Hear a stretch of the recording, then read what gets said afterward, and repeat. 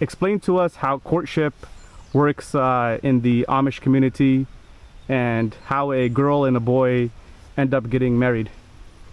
Well, that is a very difficult situation. If the boy is looking for a girl, he would tell his parents about it, and then his parents would go to the girl's parents, and the two sides of parents, they would talk things over, and if they feel okay with it, then the girl's parents, they would go to the girl and talk to her about it. And if depends, some parents would give the girl 2 weeks time for thinking, others maybe 3 weeks. And if the girl decides she wants it, she will tell her parents, and then the parents go to parents again as to talk about it, and then the answer finally comes to the boy. And then when the answer is yes, the girl's parents, they will invite the boy for an evening, maybe for dinner, and they will have a little bit of time together, but it is all in public. They can't go in like privacy or like that.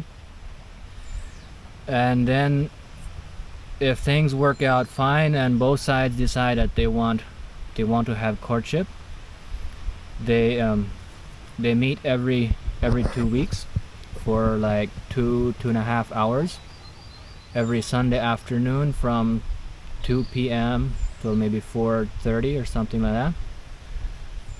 And then they do that for maybe 6 or 7 months.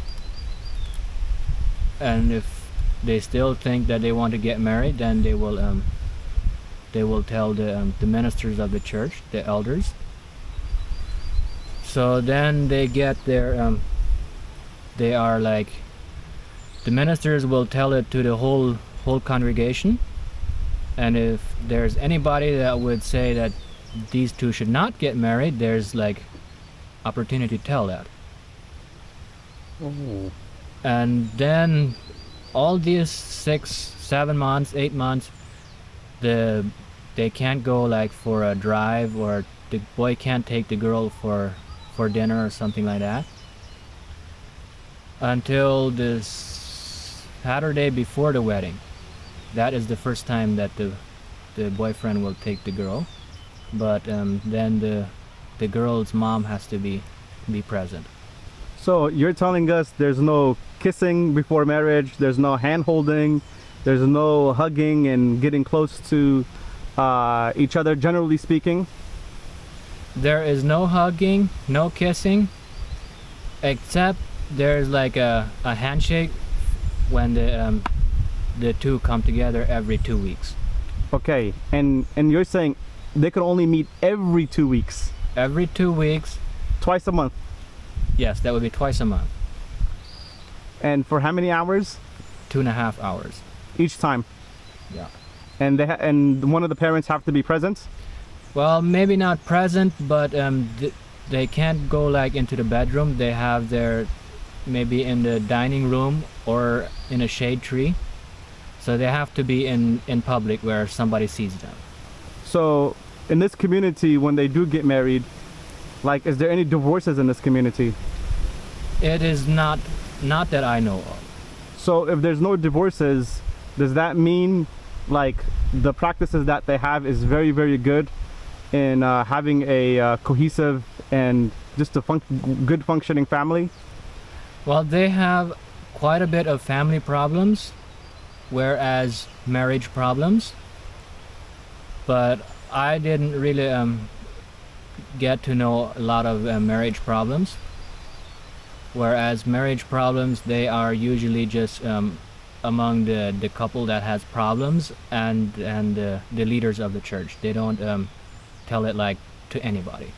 Okay, so Willis, like growing up, how was, if you make a mistake, if you do something bad when you're a young kid, how does Mennonites and Amish, how do they handle punishment, or at least in your community, how was punishment handled, or discipline? Well, sometimes we'd have to maybe clean up some garbage or something that we don't like, or sit down on a chair for half an hour, 15 minutes. They're a different one, and next time you'd maybe get a slap over your hand if you take something you're not supposed to, or But often you would have to sit somewhere if you do something on a chair or maybe under the table or on a bench or out in a shade tree. And 'Cause that way you will think about what you did and why you did it. If that kind of will clear your mind, that if you know you're not supposed to do something, you won't do it again, because if you're a small boy, you will never want to sit somewhere for half an hour as a punishment. and so you are married now, correct? Yes, And are you married to a Amish girl or an outside girl? outside girl. And how difficult was it for you to find a girl, and how did the girl's family accept you, and what did they think of you being a Amish kid? Well, it wasn't hard for me. I felt like as I got to know the family, they liked me and I was accepted right away. I felt very good with that. I never felt like they didn't accept me, and it was really interesting. Well, I went there I don't even know, a couple times a week. Then they said I could come whenever I want. I was welcome all the time. So I went usually, for sure, Saturday and Sunday. Sunday sometimes almost all day. Then I was working in Spanish Lookout, so then my girlfriend would cook dinner for me and I'd go there for dinner every day. And beside that, we'd text and call. You do want to keep some of the traditional things of like women cooking, of women just being supporting wives to the husband. Yes, I think that's a good thing if your wife cooks. Not that she's tied to do it. I mean, men should always be there to cook as well and help in the house, because I think everybody could imagine them being tied to a job that's their job every day. You would get tired. So I think a husband should always be willing to help in the house, cooking, washing dishes, whatever it is. Well, for me, I would be looking for a girl that would be willing to do housekeeping, cooking, and things like that. Whereas I think the husband should be willing to help wherever is needed. And because Amish people do not divorce, what is your opinion? What do you want for your future, and what's your stance on that? Well, I never want to get divorced, because one, if you're married, I think you should stay like that for the rest of your life, because you once fell in love and it's the person that you're with is the one you want to be with, to learn and do stuff together, whatever it can be, just as your wife should be as your helper and be there by your side to help give ideas and just be your support.